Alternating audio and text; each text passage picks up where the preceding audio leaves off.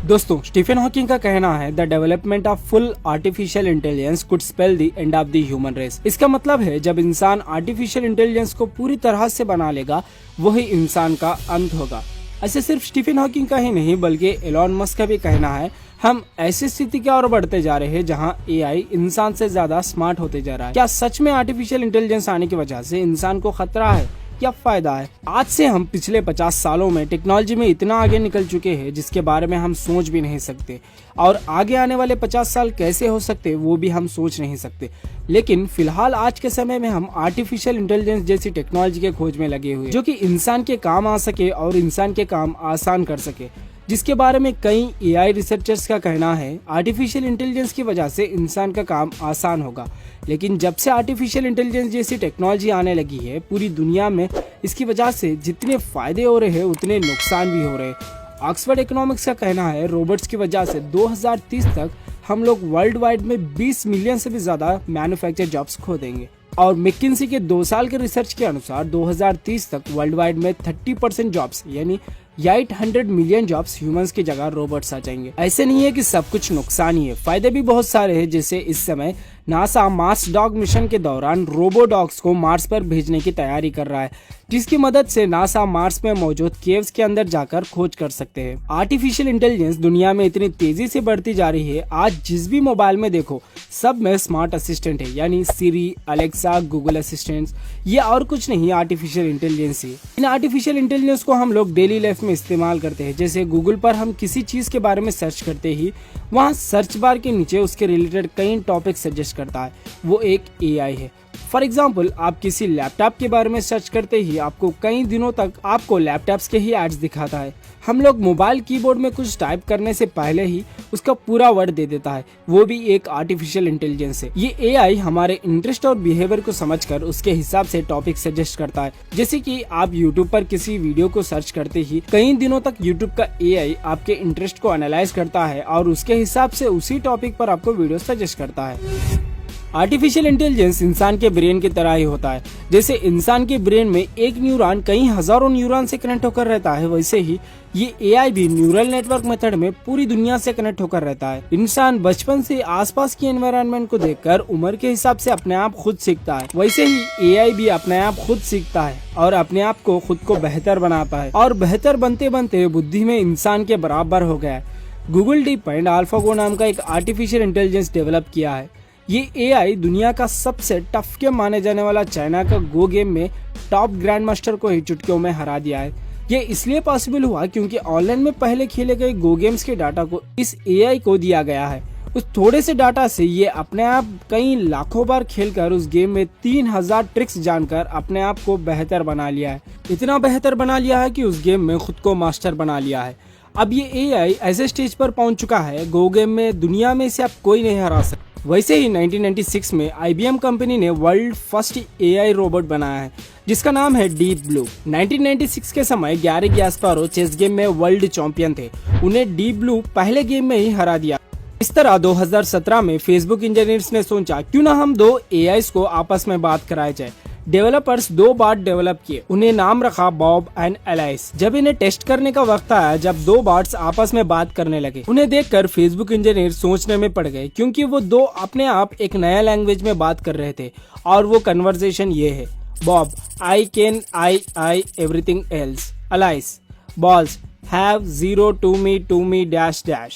उनके बीच क्या बात चल रही थी फेसबुक इंजीनियर्स को कुछ समझ नहीं आ रहा था। कुछ समय बाद उन्हें एहसास हुआ कि वो बॉट्स अपने आप खुद एक लैंग्वेज क्रिएट करके उसमें बात कर रहे थे। इससे फेसबुक इंजीनियर्स डर कर उन 2 बॉट्स को शट डाउन कर दिए। इंटेल को फाउंडर गॉर्डन मूर का मूर्स लॉ कहता है हर 18 महीने में एक बार कंप्यूटर का प्रोसेसिंग स्पीड 2 गुना बढ़ते जा रहा है। इसका बेस्ट एग्जांपल है 1969 में मून पर भेजा गया अपोलो 2 स्पेसक्राफ्ट।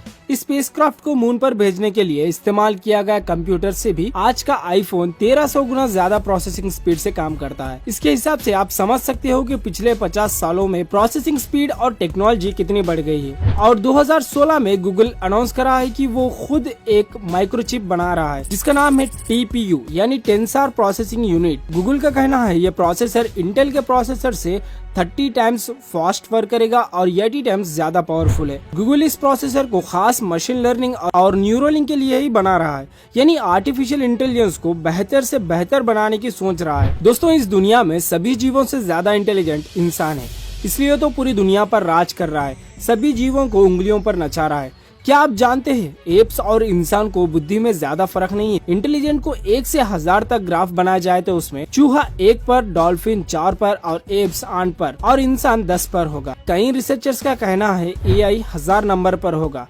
आप एक बार सोचिए, इंसान और एप्स को सिर्फ 2 पॉइंट का डिफरेंट है, इतने में ही इंसान पूरी दुनिया पर राज कर रहा है।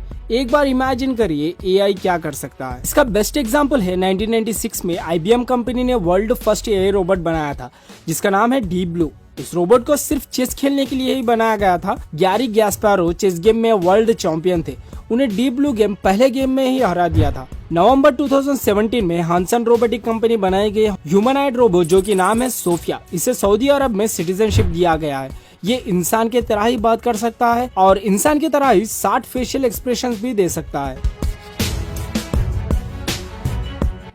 इस AI की वजह से कुछ भी हो सकता है। इंसान क्या मददगार बने तो हमारी सबसे बड़ी खोज होगी। आज हम काम आने वाले सारे AIs आर्टिफिशियल नैरो इंटेलिजेंस है, यानी वीक AI, जो सिर्फ एक पर्टिकुलर टास्क ही कर सकते हैं। AI डेवलपर्स इस तरह की AIs को सिर्फ एक काम के लिए ही प्रोग्राम करते हैं, वो सिर्फ वही काम कर सकते हैं। आज AI कई जगहों पर इस्तेमाल कर रहे हैं, जैसे कि virtual assistant, agriculture and farming, autonomous flying, retail, shopping and fashion, manufacture and production, health care and medical और self driving cars.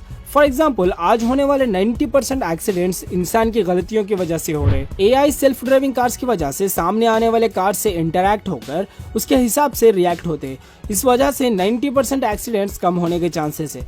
Health care medical field में भी AI आ चुके हैं, जो इंसान नहीं कर सकता उस काम को भी ये कर दिखा रहे। लेकिन आर्टिफिशियल इंटेलिजेंस के जितने फायदे हैं उतने ही नुकसान है, जैसे कि सेल्फ ड्राइविंग कार्स की वजह से ड्राइवर्स की जॉब चली जाएगी। आर्टिफिशियल इंटेलिजेंस पूरी तरह से आने के बाद इंसान उसी पर निर्भर होने लगेगा और आगे आगे पूरी तरह से लेजी हो जाएगा। पूरी दुनिया में अनएम्प्लॉयमेंट बढ़ती चली जाएगी। AI को पूरी दुनिया का इंफॉर्मेशन एक्सेस होता है। वो पावरफुल बनने के लिए खुद के प्रोग्राम को चेंज कर पावरफुल बन सकता है। इंसान को एक लिमिट होती है, सिर्फ वहाँ तक ही सोच सकता है, लेकिन AI को कोई लिमिट नहीं होती। वो कुछ भी कर सकता है, खुद के प्रोग्राम को चेंज करके अपने आप बेहतर बन सकता है।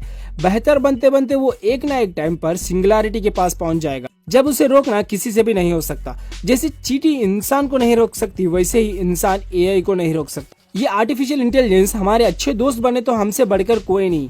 हम पूरी विश्व की खोज कर सकते हैं, ऐसे काम कर सकते हैं जो आज तक नहीं कर पाए। लेकिन जो कुछ भी हो, AI की वजह से फ्यूचर में बहुत कुछ बदलाव आने वाला है। इसमें आपका क्या राय है, मुझे कमेंट के जरिए बताना। AI के सीरीज में आप अगला वीडियो मिस मत होना, क्योंकि उस वीडियो में बताऊंगा आज के समय में आर्टिफिशियल इंटेलिजेंस की वजह से हमें क्या क्या फायदे हो रहे हैं और क्या क्या नुकसान हुए। आई होप आपको इस वीडियो में AI से जुड़ी कई सारी इन्फॉर्मेशन मिली होगी। वीडियो पसंद आए तो लाइक करना, शेयर करना और भी ऐसे वीडियोस के लिए चैनल को सब्सक्राइब करना मत भूलना।